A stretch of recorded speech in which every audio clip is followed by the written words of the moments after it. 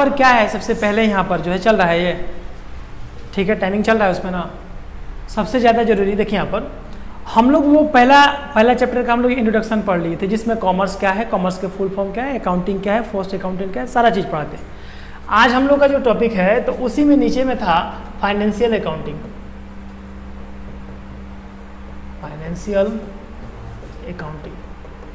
Financial accounting और एक होता है कॉस्ट अकाउंटिंग और एक होता है मैनेजमेंट अकाउंटिंग।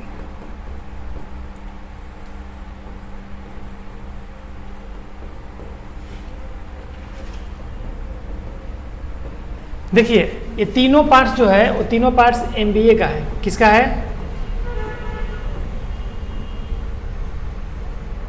तीनों पार्ट्स किसका है?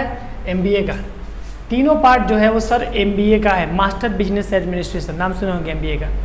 एमबीए का जो करने का तरीका है वो 3 तरीका है, एक आप फाइनेंस से करेंगे, एक कोस्ट से और एक आप मैनेजमेंट से करेंगे। मतलब उसमें आता है फाइनेंस, मार्केटिंग और एचआर आता है। इसमें फाइनेंस का मतलब क्या होता है अब समझे हम लोग।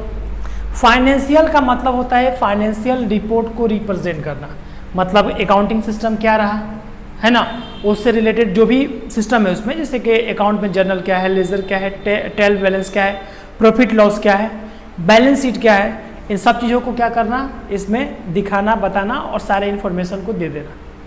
एक होता है इसमें कॉस्ट अकाउंटिंग। कॉस्ट अकाउंटिंग का मतलब होता है जैसे कोई प्रोडक्ट बनता है तो उसमें कॉस्टिंग आता है, कॉस्टिंग आता है, जिसे समझ लीजिए यहाँ पर कॉस्ट क्या होता है। कॉस्ट अकाउंटिंग से पहले आप कॉस्ट को समझिए।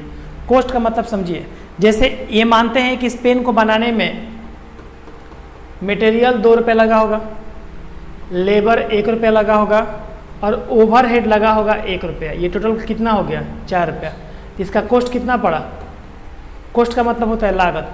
कोई प्रोडक्ट बनाकर कितना का पड़ता है उसको हम लोग कॉस्ट कहते हैं। जैसे इसमें ये पूरा ये प्लास्टिक वगैरह लगा हुआ है तो ये मटेरियल है 2 रुपये का।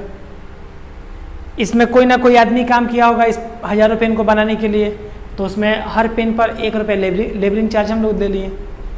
इसमें मशीन जो है फिनिशिंग किया, प्रोडक्ट को बनाया, इस पर अपना मार्किंग देता है। आप कलम को यूज कीजिएगा तो दूसरा कोई भी पेन, जैसे यही पेन है देख रहे हैं ना, फॉर एग्जांपल कोई भी कलम, मार्कर्स वगैरह, तो ये पूरा मशीन द्वारा तैयार किया जाता है, उसको हम लोग ओवरहेड कहते हैं। मानते हैं कि कलम बनाने में 4 रुपया लगा, तो कॉस्टिंग कितना हो गया? 4 रुपया। और इसको यदि हम 5 रुपये में सेल कर दें, सेल मतलब होता है बेचना, यदि हम इसको 5 रुपये में बेच दें तो हमारा प्रॉफिट कितना हुआ? प्रॉफिट हमारा कितना हुआ? 1 रुपया। यदि 5 रुपये में हम सेल कर दिए। कॉस्टिंग समझ में आ गया? कॉस्टिंग, तो कॉस्टिंग में क्या है हम लोग का? कॉस्ट अकाउंटिंग है। कोस्ट से रिलेटेड जैसे कोई भी प्रोडक्ट आता है उसका रॉ मटेरियल कितना का पड़ा, कितना केमिकल डाले, कितना उस पर लेबरिंग चार्ज लगा, कितना उस पर ओवरहेड लगा, सारे चीज़ों को जोड़ देते हैं और जोड़कर तैयार करते हैं कि हमें ये इतना का पड़ा। फॉर एग्जांपल एक एसी बनाने वाली कंपनी को इंडोर और आउटडोर और पूरे पाइपलाइन पूरे उसमें सिस्टम बनाकर उसको यदि 40,000 रुपये का पड़ रहा है तो बोलेगा कि मेरा कॉस्टिंग कितना है, एक एसी का 40,000 है। और सेल कर रहा है यदि 45,000 का या 50,000 का, तो उसमें 5 से 10,000 रुपये क्या कर रहा है वो लोग? प्रॉफिट ले रहा है। समझ में आ रहा है ना? ये सारी चीज़ों को उसमें इंक्लूड कर देता है। आपका 1 साल का होम सर्विस, वो बनाना वनाना जितना चीज़ आता है सब उसमें इंक्लूड कर देता है टोटल, और फिर बोलता है कि मेरा कॉस्टिंग ये रहा। बनाकर ऐसी मान के चलते हैं 30,000 कहीं पड़े कंपनी को, फॉर एग्जाम्पल ट्रांसपोर्टिंग करेगा, माल वहाँ तक पहुँचाएगा अपने होलसेलर रिटेलर को, वो खर्चा जोड़ेगा, गोडाउन में रखा है उसका रेंट जोड़ दिया, फिर उसके बाद जो 1 साल तक वो जो सर्विस देते हैं लोग, उनका माना कि 1 साल में मान के चलते हैं कि एसी में 5 से 7,000 रुपये का एक एसी में खर्चा आ जाएगा, गैस वैस करना, ये डालना वालना 7,000 रुपये का जाएगा। टोटल कॉस्टिंग मेरा हो जाता है इतना और मैं इतना कर बेचूंगा। तो कॉस्टिंग का मतलब होता है कॉस्ट ऑफ द प्रोडक्ट, यानी प्रोडक्ट का वैल्यू, प्रोडक्ट का प्रेजेंट वैल्यू, मतलब जो बनकर पड़ रहा है उसका। मैनेजमेंट अकाउंटिंग का मतलब होता है कि जैसे सब चीज़ होता है, एक होता है कि अकाउंटिंग सिस्टम कर दिए, एक होता है कॉस्ट पे नियंत्रण कर दिए, एक होता है मैनेजमेंट पे नियंत्रण करना। जैसे मैनेजमेंट पे अकाउंटिंग कैसे तैयार होगा? मैनेजमेंट पे आपका डाटा एनालिसिस तैयार हो सकता है अकॉर्डिंग टू द फाइनेंस, फिर आपका मैनेजमेंट पे प्लानिंग तैयार हो सकता है, प्लानिंग का पूरा ग्राफ बन सकता है, प्लानिंग का पूरा अकाउंट तैयार हो सकता है कि हमें इतना पैसा इन्वेस्ट करना है, उसको बोलेंगे हम लोग मैनेजमेंट अकाउंटिंग। मैनेजमेंट अकाउंटिंग में आपका बहुत कुछ आ जाएगा। मैनेजमेंट में खुद आपका planning, organising, motivating, controlling, directing सब क्लास 12th में पढ़िएगा तो सारा चीज़ उसमें आ जाता है। ठीक है, समझ में आ गया? अच्छा, सबसे बड़ा चीज़ ये होता है कि आपको अकाउंटिंग करने की आवश्यकता क्यों पड़ता है, हम लोगों को अकाउंट बनाने की आवश्यकता क्यों पड़ता है। जैसे मान लीजिए कि एक कंपनी है, आप कंपनी भी मान सकते हैं, अनदर आप बिजनेस भी मान सकते हैं इसको। कोई कंपनी या बिजनेस है, उसका मालिक यहाँ पर नहीं है, तो कैसे पता चलेगा कि मेरे कंपनी में प्रोडक्ट कितना बेच रहा है और कितना नहीं बेच रहा है, उसको पता चाहिए ना। तो देखो, इसके यूजर होते हैं कंपनी में या बिजनेस में, यूजर होते हैं। यूजर दो टाइप के होते हैं, एक होते हैं इंटरनल यूजर, इंटरनल, और एक होते हैं एक्सटर्नल।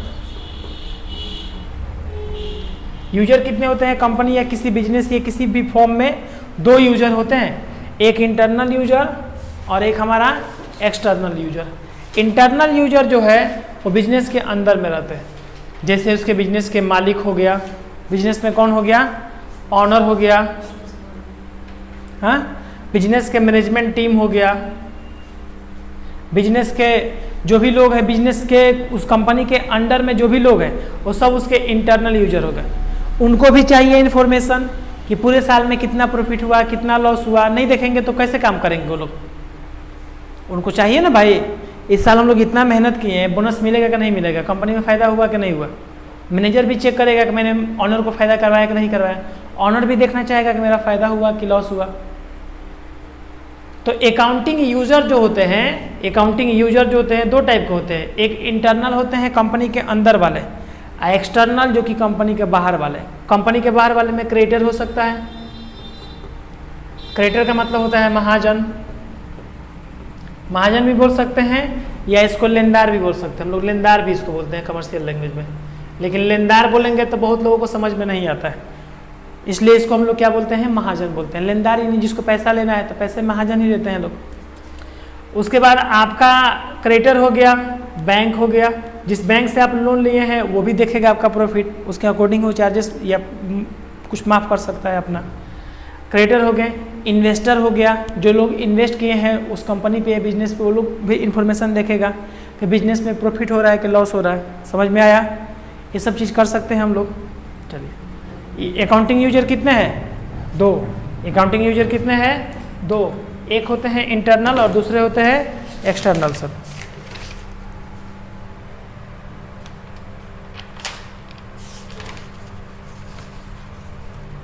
ठीक है ना? इंटरनल और एक्सटर्नल होते हैं। कल आपको ये चीज़ पढ़ाए थे हम ना, ये वाला,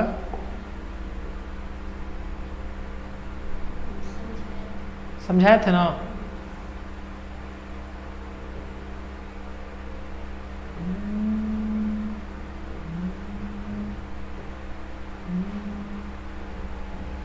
ये चक्र जो होता है यही अकाउंटिंग चक्र होता है। देखिए, सबसे बड़ा है बिजनेस,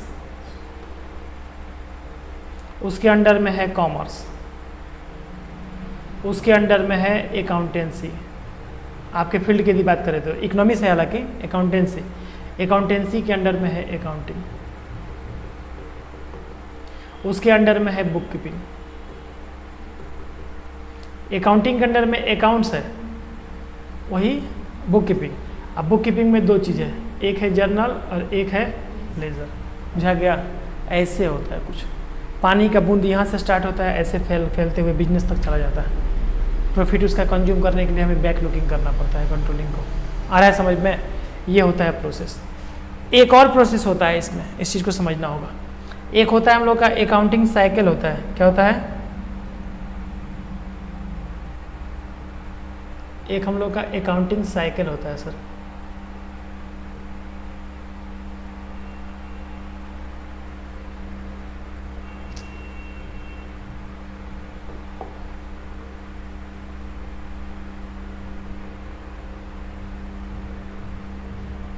आ रहा है समझ में? अकाउंटिंग साइकिल होता है। अकाउंटिंग साइकिल कैसे बनता है? सबसे पहले होता है रिकॉर्डिंग ऑफ ट्रांजेक्शन। थोड़ा सा बड़ा इसको करेंगे हम।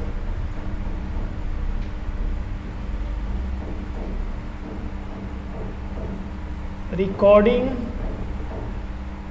ऑफ ट्रांजेक्शन,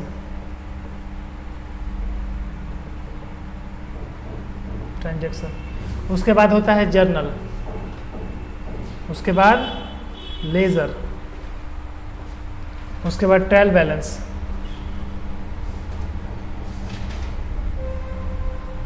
उसके बाद होता है हम लोग का यहाँ पर ट्रेडिंग अकाउंट, ऐसे ही लिख देते हैं ट्रेडिंग अकाउंट।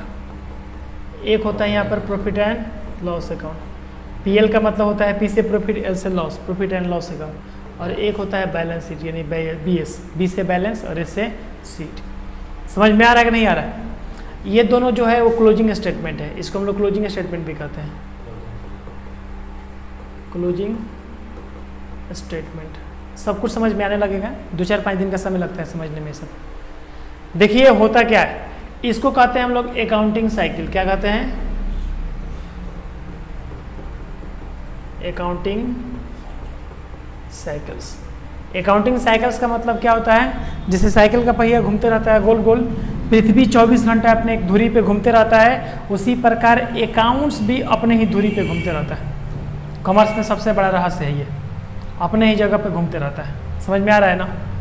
देखो कैसे होता है। और ये अकाउंट जो बनता है ना, अकाउंट डबल एंट्री और सिस्टम एंट्री 2 बेसिस पे बनेगा। आपको अभी वो भी समझाते हैं। इसको एक बार देख लिए ना, अभी हम फिर बैक करके खींच के इसको फिर समझाएंगे। आप कंटिन्यू बने रहिएगा मेरे साथ।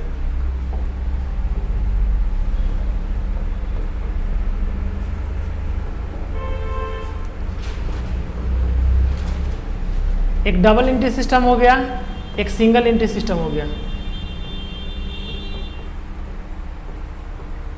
दोनों में क्या अंतर है सर?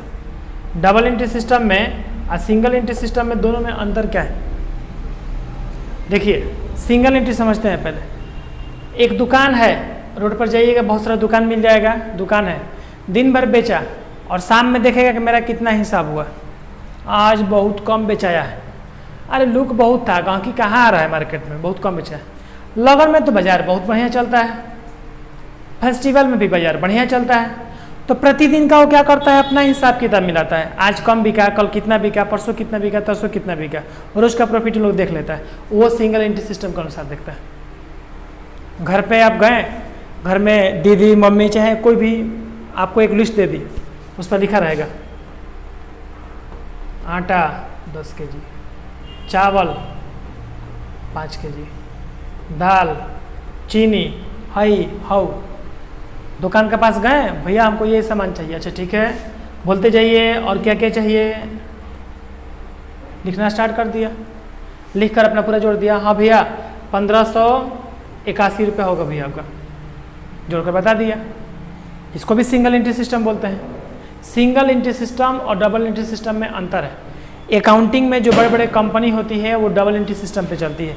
छोटा मोटा बिजनेस, सोल ट्रेड जैसा बिजनेस होता है, छोटा मोटा फुटकर बिजनेस, रूम वाला, ठेले वाला, खुपचा वाला, चाहे छोटा मोटा कोई भी बिजनेस, वो रोज दिनचर्या का हिसाब समझ सकता है, वो सिंगल एंट्री सिस्टम को फॉलो करता है। लेकिन बड़ा बड़ा जो बिजनेस है, बड़ा बड़ा कंपनी है, बड़ा बड़ा इंडस्ट्री है, तो वो रोज रोज का हिसाब फॉलो नहीं करता है। समझ में आ रहा है? वो हिसाब फॉलो करता है किस दिन का? पूरे 1 साल का हिसाब फॉलो करता है। और उसी सिस्टम को हम लोग डबल एंट्री सिस्टम कहते हैं। जैसे बिजनेस में देखो क्या हुआ, हम यदि सेब के दुकान पर गए, सेब के दुकान पर, और हम बोले कि भैया 1 किलो हमको सेब दे दीजिए। दुकानदार उठा 1 किलो हमको सेब दे दिया। दुकानदार को हमने पैसा दे दिया, भैया कितना पैसा हुआ? 150। हम 150 दे दिए उसको। Just like single entry system. Double entry system कैसे सोचता है? कितना सेब दें? 1 किलो। ठीक है 1 किलो देते हैं। 1 किलो सेब दीजिए, 1 किलो सेब दे रहा है। 1 किलो जब सेब दे रहा है तो दुकानदार के पास से वो सेब 1 किलो घट रहा है उसका क्वांटिटी में से, अब बदले में उसको पैसा मिल रहा है। यानी एक हाथ में एसेट्स और दूसरे हाथ में लायबिलिटी भी मिल रहा है उसको। एक हाथ से वस्तु जा रहा है, दूसरे हाथ से उसको पैसा आ भी रहा है। तो इसी को कहते हैं double entry system. Double entry system 2 पहलुओं को देखता है, क्या आ रहा है और क्या जा रहा है बिजनेस में। बिजनेस में आया क्या और बिजनेस से गया क्या। डबल एंट्री सिस्टम 2 चीज़ों को देखता है। सिंगल एंट्री सिस्टम क्या करता है? गया तो गया, पैसा आ गया, बिजनेस में गया लेकिन पैसा आ गया। दोनों में से बेहतरीन सिस्टम कौन है? दोनों में से बेहतरीन सिस्टम है आपका डबल एंट्री सिस्टम। बड़े बड़े मॉल, बड़े बड़े बिजनेस और जहां भी अच्छा चीज़ है, बिजनेस में क्या आया, किया गया। डबल एंट्री सिस्टम जो होता है वो बेस होता है। डबल एंट्री सिस्टम के अकॉर्डिंग हम लोग बात करें यदि, तो हमें इन चीज़ों को बनाना पड़ेगा, हमें इन चीज़ों को पढ़ना पड़ेगा। जैसे हमें डबल एंट्री सिस्टम में क्या क्या पढ़ना होगा, journal, ledger, trial balance, trading account, profit and loss account, balance sheet और फिर जर्नल। मतलब लगातार ये प्रोसेस चलते रहता है, पूरे सालों भर ये प्रोसेस चलते रहता है, 1-2 साल नहीं। और ये हमेशा जो इस सिलसिला